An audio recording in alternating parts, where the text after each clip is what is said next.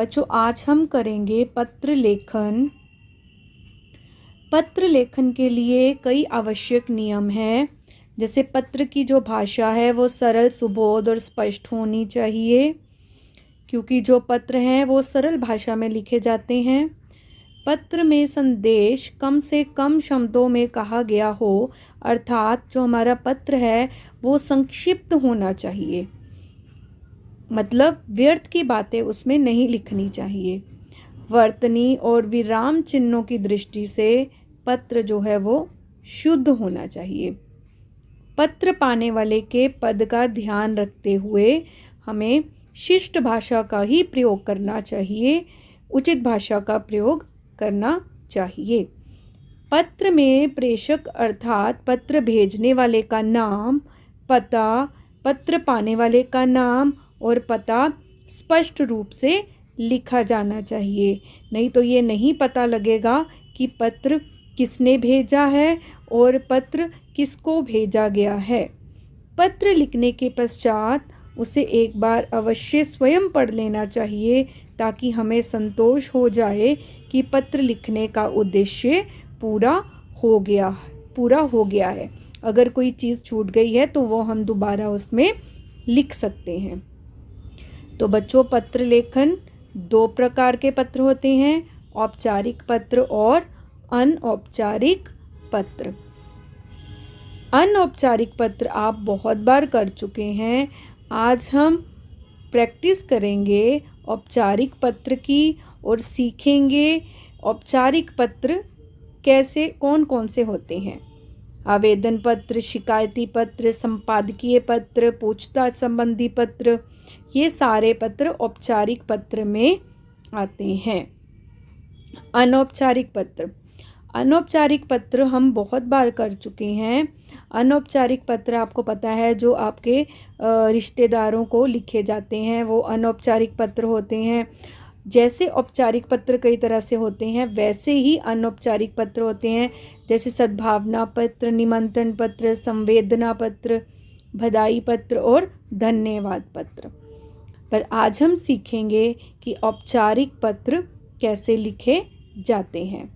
पत्र का प्रारूप, ये बहुत आवश्यक अंग है पत्र लिखने के लिए। आपको पत्र का प्रारूप अच्छे से पता होना चाहिए कि जब हम पत्र लिखेंगे तो उसका प्रारूप कैसा होगा। पहली पंक्ति में प्रेषक का पता लिखा जाता है, अर्थात जैसे मैं पत्र लिख रही हूँ तो मैं प्रेषक हूँ, तो पहली पंक्ति में सबसे पहले हम प्रेषक का पता लिखेंगे।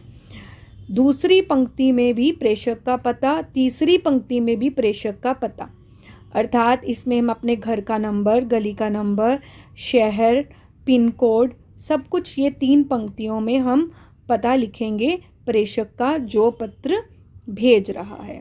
जैसे मैं पत्र भेज रही हूँ तो मेरा पता आएगा।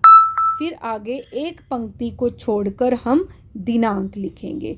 अब दिनांक ऊपर लिखा जाता है, नीचे नहीं। फिर एक पंक्ति को छोड़कर हम लिखेंगे सेवा में, और उसके बाद हम जिसको पत्र लिख रहे हैं उसका पद, अर्थात उसका डेजिग्नेशन आएगा, हम जिसको पत्र लिख रहे हैं। फिर प्राप्तकर्ता का पता, फिर प्राप्तकर्ता का पता, प्राप्तकर्ता का पता, मतलब जैसे हमने ऊपर 3 पंक्तियों में एड्रेस लिखा था, वैसे ही हमने यहाँ पर प्राप्तकर्ता का पता जो है वो 3 पंक्तियों में लिखना है। फिर एक पंक्ति छोड़कर हम विषय लिखेंगे।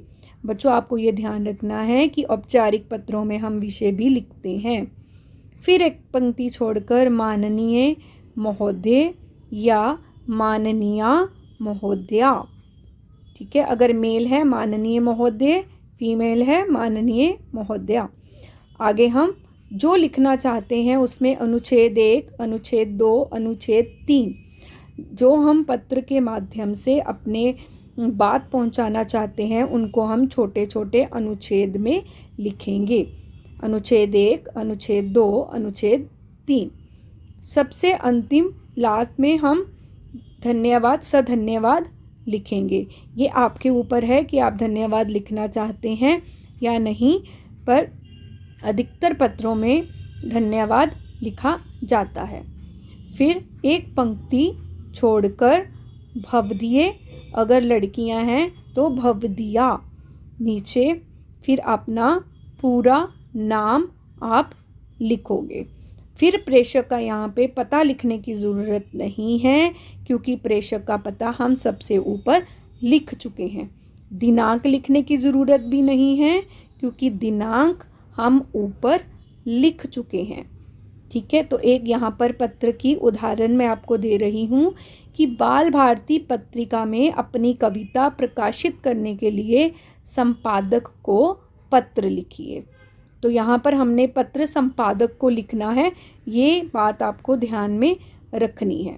जैसे आपको बताया गया है वैसे ही आप पता लिखना सबसे पहले शुरू करोगे, कि सबसे पहले प्रेषक का पता, अर्थात हम अपना पता लिखेंगे 3 पंक्तियों में, क्योंकि पत्र हम भेज रहे हैं।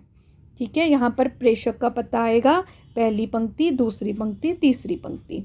फिर एक पंक्ति छोड़कर दिनांक आएगा, फिर एक पंक्ति छोड़कर सेवा में संपादक महोदय, है ना, जहाँ पर हम जिसे हम पत्र लिख रहे हैं, कहाँ लिख रहे हैं, वो कहाँ है, नई दिल्ली में है, साथ में पिन कोड लिखा हुआ है। फिर एक पंक्ति छोड़कर हमने विषय लिखा है, फिर हमने माननीय महोदय लिखा है, और आगे हम अपना कंटेंट लिख रहे हैं, अपना विषय लिख रहे हैं कि हमने पत्र किस लिए लिखा है। तो ये जो देखो छोटे छोटे अनुच्छेद बने हुए हैं, तो हम इसको 2 या 3 लाइन में ही प्रत्येक अनुच्छेद बनाया जाता है। और फिर अंतिम पंक्ति में सबसे नीचे फिर हमने लिखा धन्यवाद, फिर एक पंक्ति छोड़कर हमने भवदीय या भवदिया डालकर अपना नाम लिखा।